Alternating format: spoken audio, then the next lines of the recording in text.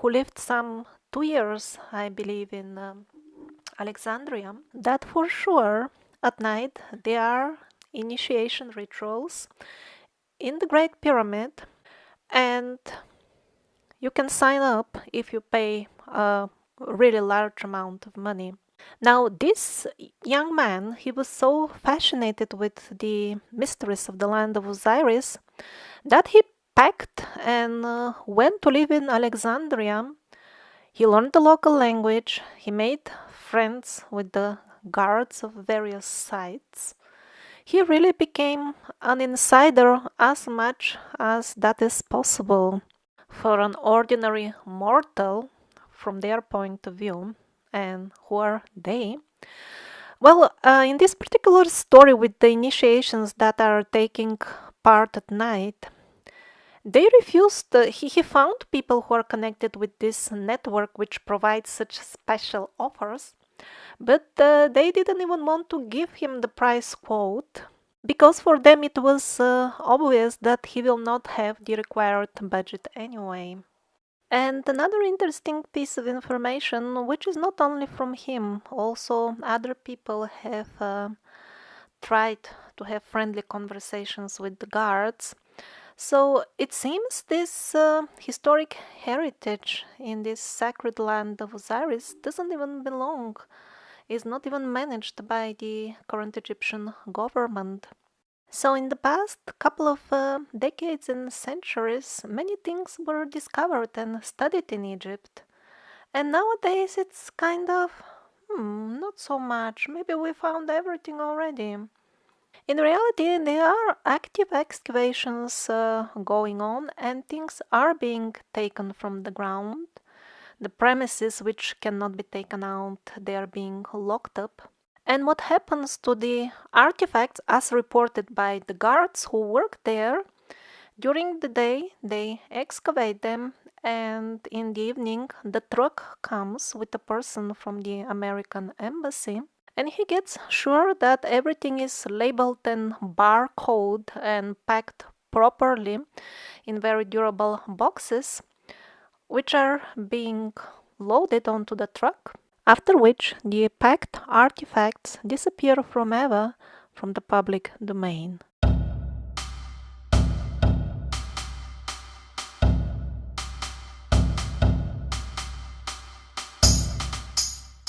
So there seems to be some sort of a metal lid on the top of the head of the Sphinx.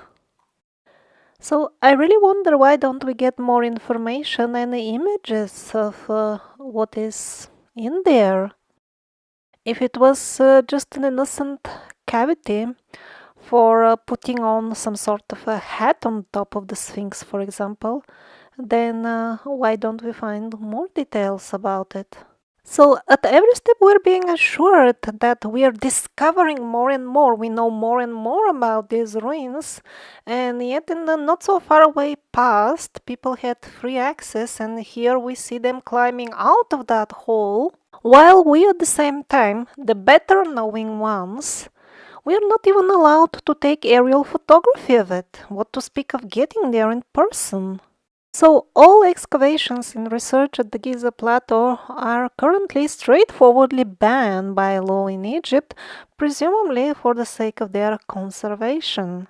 But then how would an image capturing a quadcopter flying in the vicinity would damage the sites? It doesn't. Well, that's why they invented another explanation. Aerial and drone photography and flying drones for any reason is absolutely forbidden in Egypt. And the explanation given on their official web page is that the terrorists apparently are using lots of drones. And apparently they are doing it even though it's illegal to do it. What a surprise, my God! I always thought these are law-abiding citizens. What a shock they don't follow the laws.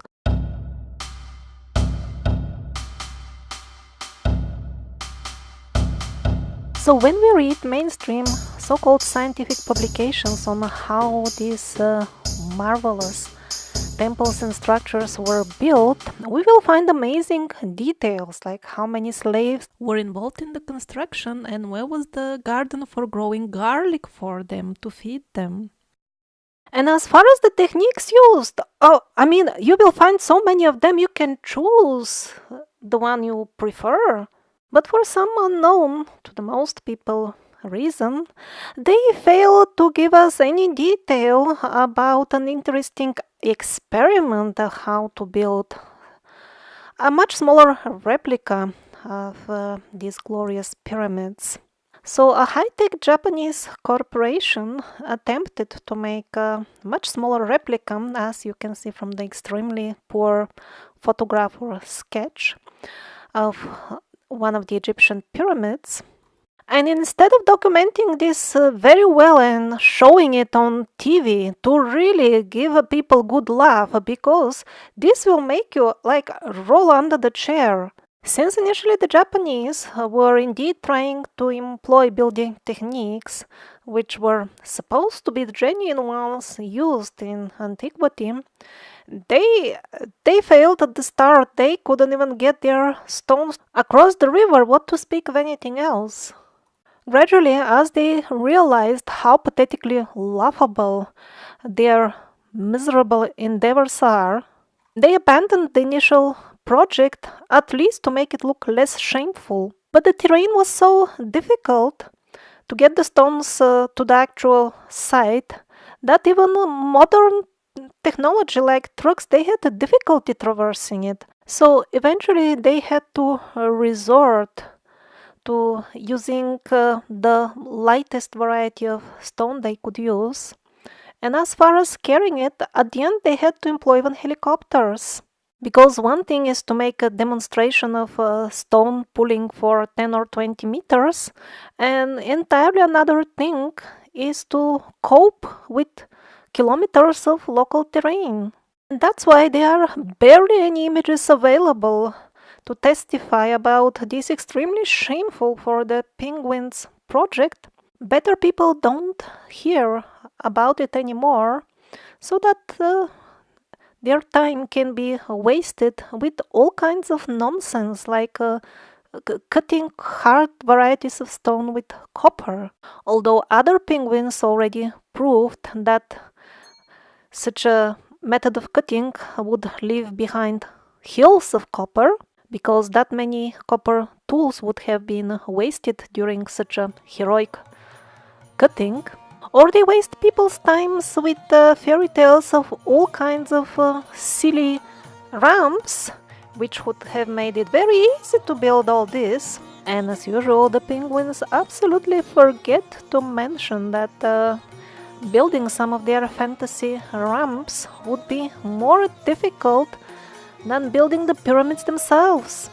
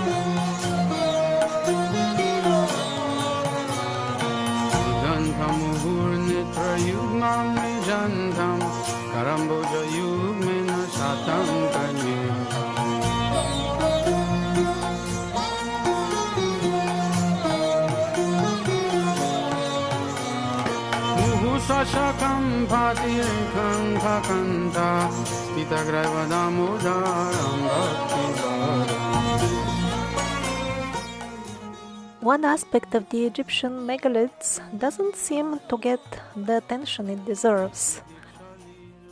And that's what is described by many as enormous paved platforms around the standing megalithic sites. People describe them as being considerably larger, consisting of considerably larger stones than the megalithic structures themselves, and this is evident from the photographs as well. Indeed, some of them tend to have dimensions similar to the stones at Baalbek, that huge. Probably they're not being noticed that much simply because they lay on the ground. But the fact that they lay on the ground doesn't explain how did they end up over there.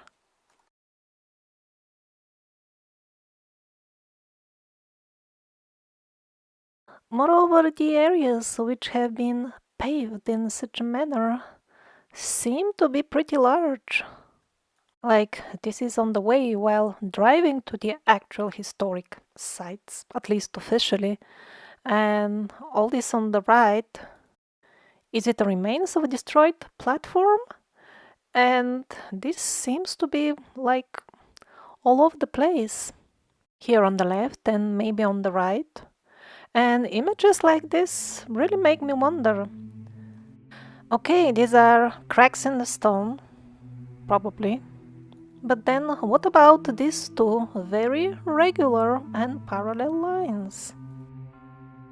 On one side, they doesn't resemble cracks in their shape, and on the other, if there are spaces between the blocks, then what kind of unhumanly big blocks are these anyway?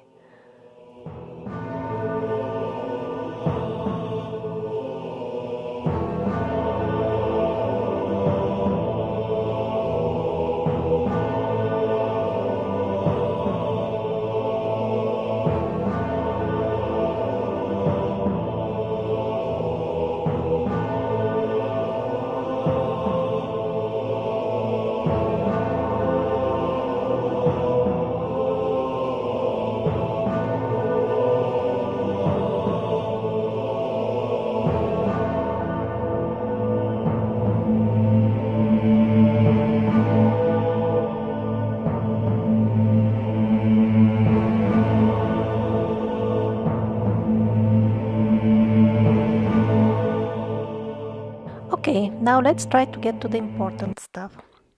What do you see here? An emblematic Egyptian pyramid named after its alleged creator, the pharaoh Djoser. Yeah, a bit impressive in size of over 60 meters or something like that. And the commonly found information about it here, built, wow, more than 4,000 years ago. Isn't it impressive? Although the credibility of the official dates is hovering somewhere around zero, still the way it is presented to people, like you open any resource and immediately with the first sentence it starts with such a clarity, and you see they even know the exact year, so immediately such a resource gains authority and people buy it. People believe these things, they fall for them. Or if they don't fall in this trap, they will just look at the structure and yeah, it's not particularly high tech. I mean, this could have been done without aliens. So what's the point? Skip it. Let's look for something interesting. And that's how people skip naively the entrance to an underground world. Literally. The pyramid on the top is nothing, it's just a minor entry to underground city of at least 3 levels. We don't even know how big it is because the access to it is like extremely limited. We don't know if we see 1% or even less. But even from what the Russian group could see over there are 3 levels, like 3 stories.